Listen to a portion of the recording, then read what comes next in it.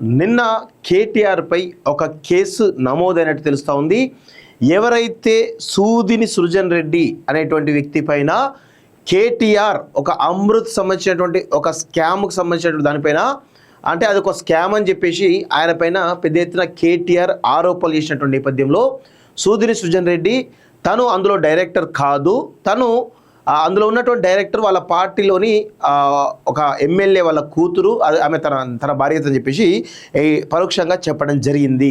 So Amrit సంబంధించినటువంటి ఏవైతే scam అని అంటా ఉన్నారో దానికి సంబంధించి కేటీఆర్ ఇరికేటువంటి అవకాశం అయితే చాలా స్పష్టంగా కనబడతా ఉంది. అయితే దాని గురించి కూడా చాలా క్లియర్గా మాట్లాడే ప్రయత్నం చేద్దాం. ఎందుకంటే సూదిని సృజన్ రెడ్డి అనేటువంటి వ్యక్తి పైన కేటీఆర్ ఆరోపణలు చేస్తూ ఉన్నాడు.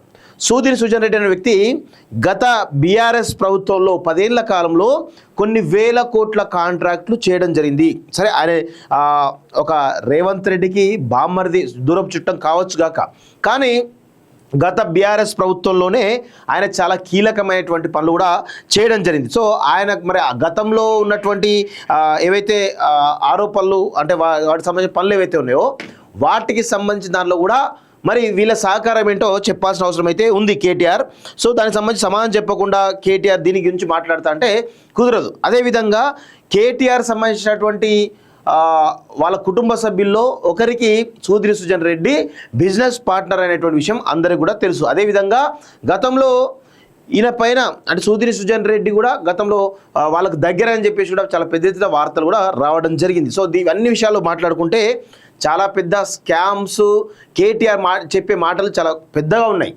కానీ ఆయనే ఒకసారి గత 10 ఏళ్ళలో జరిగినటువంటి వ్యవహారాలు కూడా చూసుకోవాల్సిన అవసరం అయితే ఉంది. అంతేగాని ఇష్టం వచ్చినట్టు ఆరోపణలు చేస్తా అంటే కుదరదు. ఎందుకంటే నాకు అర్థమవుతున్న విషయం ఏంటంటే కేటీఆర్కు పిచ్చిలేసింది. సో పిచ్చిలేసి ఆ పిచ్చి దానిలో ఏం మాట్లాడుతున్నారో అర్థం కాని పరిస్థితి కనబడతా ఉంది. ఒకసారి ఆ కేసు గురించి మనం మాట్లాడే ప్రయత్నించడం మిత్రులారా. కేటీఆర్పై క్రిమినల్ పిటిషన్, అమృత్ టెండర్ల స్కామ్ అంటూ నిరాధార ఆరోపణలు, ప్రజలను తప్పుదో పట్టించేలా విమర్శలు, లీగల్ నోటీసులు ఇచ్చినా మారని తీరు, నాంపల్లి కోర్టులో కేటీఆర్పై క్రిమినల్ పిటిషన్ దాఖలు అంటూ చూస్తా ఉన్నాం. సో కేటీఆర్ లీగల్గా చాలా మంది పైన కోర్టుకు వెళ్తూ లీగల్ నోటీసులు ఇస్తూ కోర్టుకు వెళ్తా ఉన్న సంఘటనలు మనం చూస్తూ ఉన్నాం. సో ఆయన పైన కూడా ఇవే క్రిమినల్ సంబంధించినటువంటి పిటిషన్లు వేస్తున్నట్టు చాలా స్పష్టంగా తెలుస్తూ ఉంది. ఇక నిరాధార ఆరోపణలు నోటికి ఏదొస్తే అది చెప్తూ ప్రజల్లో ఒక రకమైనటువంటి వైషమ్యాలు క్రియేట్ చేసే ప్రయత్నం చేస్తూ ఉన్నాడు ఈ యొక్క దొంగ అనేటువంటి విషయం అందరం కూడా గుర్తుపెట్టుకోవాలి. సో అనవసర ఆరోపణల్లో చిక్కులో పడిన మాజీ మంత్రి కేటీఆర్ అమృత్ టెండర్ల స్కీమ్పై ప్రభుత్వాన్ని బదనాం చేయాలని ప్లాన్, ఢిల్లీకి పోయి మరి హడావుడి, కేంద్రానికి ఫిర్యాదులు. సో ఢిల్లీకి పోవడానికి సూదిని సృజన్ రెడ్డి బయట మాత్రం మీడియా ముందు మాత్రం ఆయన పేరు వాడుకుంటాడు తప్ప లోపల బీజేపీకి సంబంధించిన నాయకులు కావచ్చు, ఆర్ఎస్ఎస్ సంబంధించిన నాయకులను కలిసి తనను అరెస్ట్ చేయకుండా ఉండడానికి చాలా పెద్ద ఎత్తున వాళ్ళ కాళ్ళ దగ్గర మోకరిల్లినట్టు మనకు ఆల్రెడీ మన గతంలోనే స్టోరీలు చేయడం జరిగింది.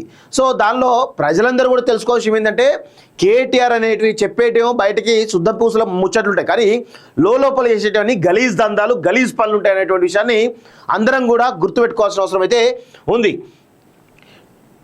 నాంపల్లి స్పెషల్ కోర్టులో క్రిమినల్ పిటిషన్ దాఖలు, నోటీసులు ఇచ్చిన తీరు మారకపోవడంతో సృజన్ రెడ్డి ఆగ్రహం. పారదర్శకమైన టెండర్ కేటాయింపై ఆరోపణలు ఎలా చేస్తారు, టెండర్ల ప్రక్రియపై అవగాహన ఉన్నా కూడా కుట్రలకు తెరదీశారు, వ్యక్తిగత ప్రతిష్ట దెబ్బతీసేందుకు ఇదంతా, కేటీఆర్పై చర్యలు తీసుకోవాలని పిటిషన్లో కొన్న సృజన్ రెడ్డి. అసలు టెండర్ల ప్రక్రియ ఎలా జరిగింది, కాంగ్రెస్ వచ్చాక ఏమైంది, కేటీఆర్ చెబుతున్న దాంట్లో నిజానిజాలు ఏంటి అనేది ఇటువంటి విషయంలో చూద్దాం. పిచ్చి పట్టిందేమో, నేను అదే చెప్తా ఉన్నాను, ఇప్పుడు మీరు రాస్తా ఉన్నారు. కేటీఆర్ అనేటువంటి ఒక దొంగకి పిచ్చి పట్టింది. ఈరోజు అధికారం కోల్పోయినటువంటి దాంట్లో మతి స్థిమితం కోల్పోయి ఈరోజు పిచ్చోన్లాగా తయారైండు. కాబట్టి ఈరోజు నేను కేసీఆర్కి సలహా ఇస్తా ఉన్నాను, అదేవిధంగా కేసీఆర్ కుటుంబ సభ్యులకు కూడా సలహా ఇస్తా ఉన్నాను, అదేవిధంగా రేవంత్ రెడ్డి ప్రభుత్వ అధినేతగా ఉన్నాడు కాబట్టి రేవంత్ రెడ్డి కూడా నేను ఒక సూచన చేస్తా ఉన్నాను.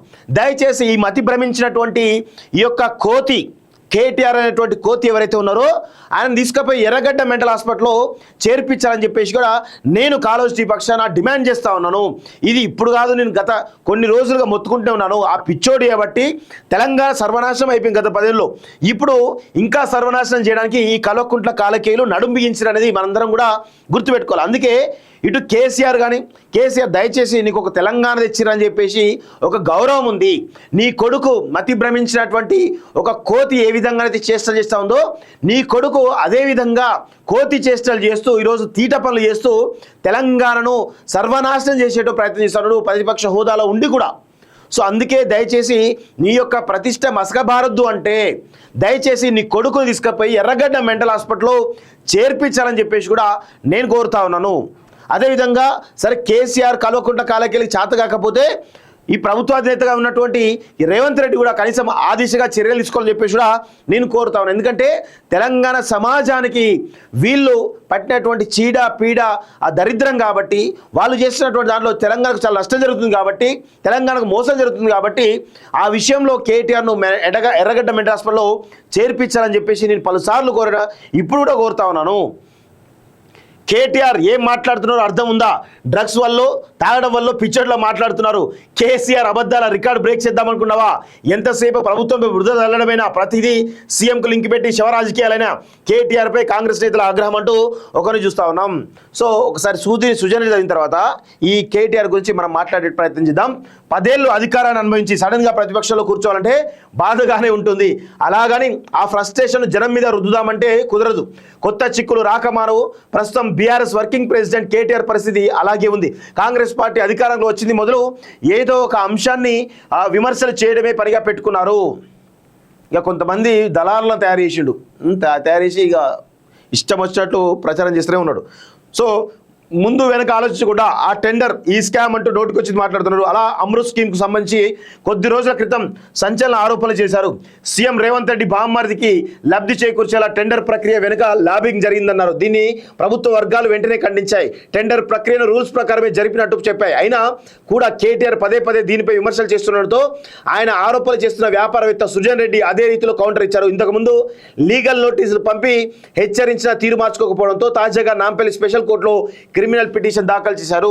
పిటిషన్లో సుజన్ రెడ్డి పేర్కొన్న విషయాలు ఒక్కసారి డీటెయిల్గా చూసేటువంటి ప్రయత్నం చేద్దాం. అమృత్ టెండర్లపై నిరాధారమైన ఆరోపణలు చేస్తుండటంతో కోర్టుకెక్కిన సుజన్ రెడ్డి ప్రజలను తప్పుదారి పట్టించేలా కేటీఆర్ మాట్లాడుతున్నారని కోర్టు దృష్టికి తీసుకెళ్లారు. 2011లో శోధా కన్స్ట్రక్షన్ ప్రారంభమైందని ఆయన ఆ కంపెనీ ఎండిగా కందాల దీప్తిరెడ్డి వ్యవహరిస్తున్నారని తెలిపారు. ఆ సంస్థలో తనకు ఎలాంటి షేర్లు లేవని, తాను డైరెక్టర్ను కూడా కాదని చెప్పారు. శోధా కన్స్ట్రక్షన్తో తనకు లింక్ చేస్తూ కేటీఆర్ అందరినీ తప్పుదారి పట్టిస్తున్నారని తెలిపారు. అమృత్ 2లో ప్యాకేజ్ 1 కాంట్రాక్టు ఏఎంఆర్ శోధా ఐఎస్పి జాయింట్ వెంచర్గా దక్కించుకున్నట్లు చెప్పారు. ఇందులో కేటీఆర్ చెబుతున్నట్లు శోధాకు 80% కాకుండా 29% వాటా ఉందన్నారు.